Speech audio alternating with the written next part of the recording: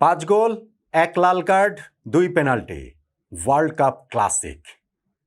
England মেক্সিকোর মধ্যে আজটেকা স্টেডিয়ামে যেই লড়াইটা হলো সেইটা এই বিশ্বকাপের সেরা ম্যাচ।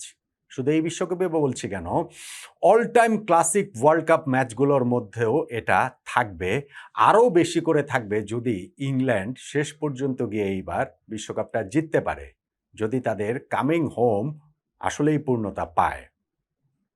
কি রুদ্ধশ্বাস এক লড়াই ইংল্যান্ড জিতল মেক্সিকোর বিপক্ষে ৩-২ গোলে, যেইখানে দ্বিতীয়ার্ধের প্রায় পুরোটা সময়ই ইংল্যান্ডকে ১০ জন নিয়ে খেলতে হয়েছে। মেক্সিকো চেষ্টা করেছিল, লড়াই করেছিল সামর্থ্যের সবটুকু নিংড়ে দিয়ে। এই আজটেকা স্টেডিয়াম তাদের বড় একটা অহংকারের জায়গা। ১৯৬৬ সালে যে স্টেডিয়ামের পথ চলা শুরু হয়েছিল, উদ্বোধন হয়েছিল, এই ৬০ বছরে এর আগের ৮৯টা ম্যাচের মধ্যে কেবলমাত্র ২টা কম্পিটিটিভ ম্যাচে মেক্সিকো হেরেছিল। আজকে তারা ৯০তম ম্যাচে তৃতীয়বার হারল। ওয়ার্ল্ড কাপে এর আগে যে ১০টা ম্যাচ মেক্সিকো খেলেছে তাদের এই জাতীয় স্টেডিয়ামে, সেইখানে একটা ম্যাচও তারা হারেনি। ইংল্যান্ডের বিপক্ষে এই ম্যাচটাতেও তারা হিউজ এফোর্ট তারা দিয়েছিল, কিন্তু শেষ পর্যন্ত গিয়ে হ্যারি কেইন, জুড বেলিংহামদের সঙ্গে পেরে ওঠেনি।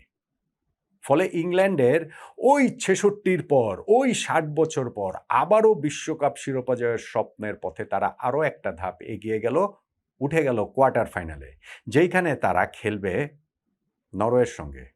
হতে পারতো সেইটা ইংল্যান্ড ব্রাজিলের আরও একটা লড়াই, আরও একটা ক্লাসিক লড়াই, কিন্তু ব্রাজিল তো আসলে হেরে গিয়েছে নরওয়ের কাছে, বিশ্বকাপ থেকে তাদের বিদায় হয়ে গিয়েছে। এখন ইংল্যান্ড নরওয়ে ম্যাচটা কোয়ার্টার ফাইনালে হবে।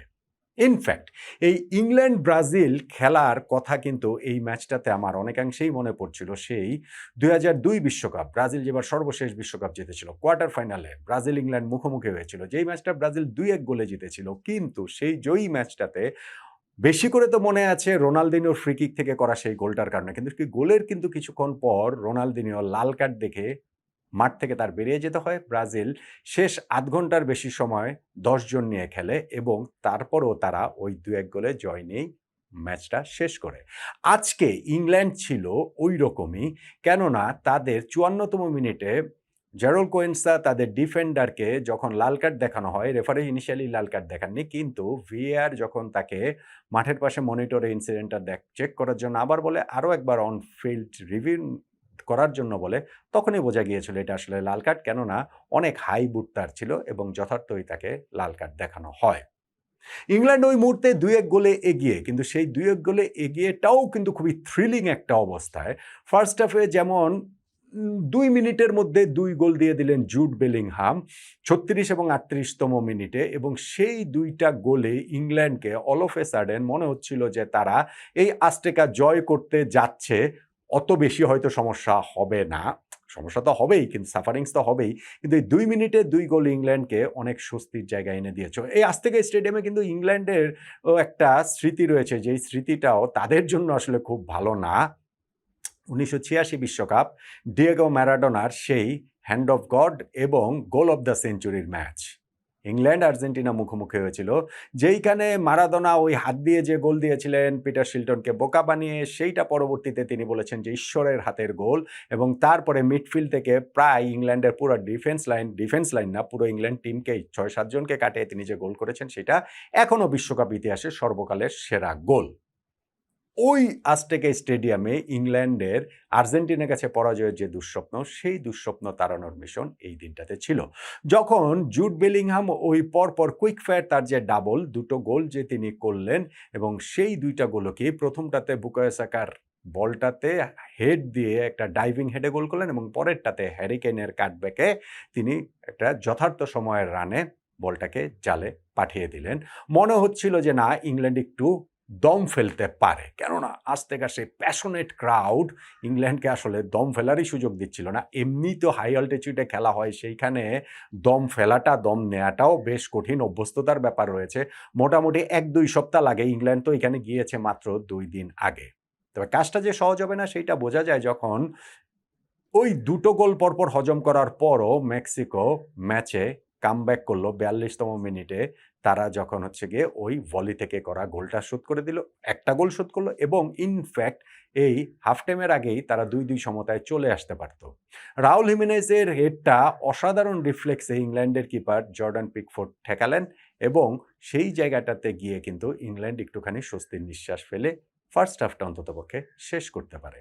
কিন্তু সেকেন্ড হাফের শুরুতে ওই যে লাল কার্ড, কোয়ান্সার রেড কার্ডে তারা ১০ জনের দলে পরিণত হলো।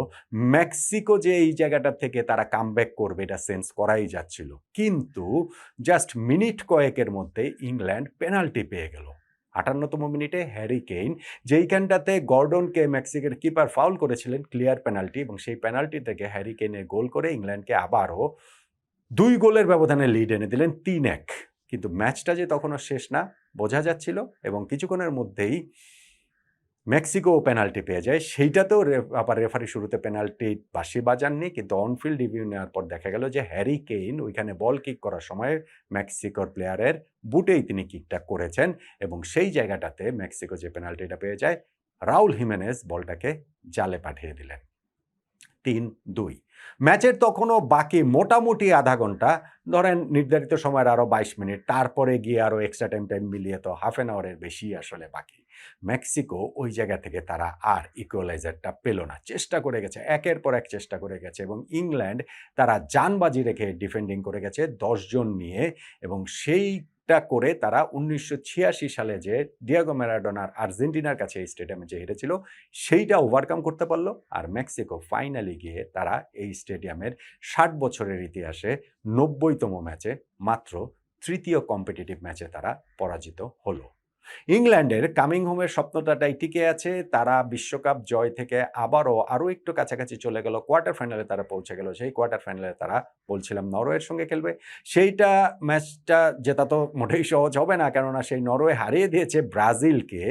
ফলে ওই নরওয়ের সঙ্গে ম্যাচে এই ইংল্যান্ড যে ইমোশনালি এই ম্যাচটা থেকে ফিজিক্যালি ইমোশনালি যতটা চ্যালেঞ্জের মুখে হয়েছে, অ্যাল্টিটিউডের কথা বলেন, ১০ জন নিয়ে সেকেন্ড হাফ খেলার কথা বলেন, সেখান থেকে তারা কতটা দ্রুত রিকভার করতে পারে, আদৌ পারে কিনা নরওয়ের বিপক্ষে ম্যাচটা, সেটা জন্য আসলে অপেক্ষা করতে হবে। তবে ইংল্যান্ডের বিশ্বকাপ স্বপ্নটা তো টিকে রইল এবং সেইটা কি থ্রিলিংভাবে এই ওয়ার্ল্ড কাপে আমার দৃষ্টিতে সেরা ম্যাচে এবং ওয়ার্ল্ড কাপের অল টাইম ক্লাসিক ম্যাচগুলোর মধ্যেও থাকবে, যেইটা আরও অনেক বেশি কাল্ট মর্যাদা পাবে যদি ইংল্যান্ড এবার বিশ্বকাপ জিততে পারে। তাহলে বারবার ঘুরে ফিরে ইংল্যান্ডের এই ম্যাচটা মেক্সিকোর বিপক্ষে রাউন্ড অফ 16 এর ম্যাচটাই তাদের ওই বিশ্বজয়ের, যদি তারা বিশ্বকাপ জিততে পারে তাহলে তারা ওইটার একটা খুবই পিভটাল মোমেন্ট হিসেবে বারবার এই ম্যাচের কাছে আসবে।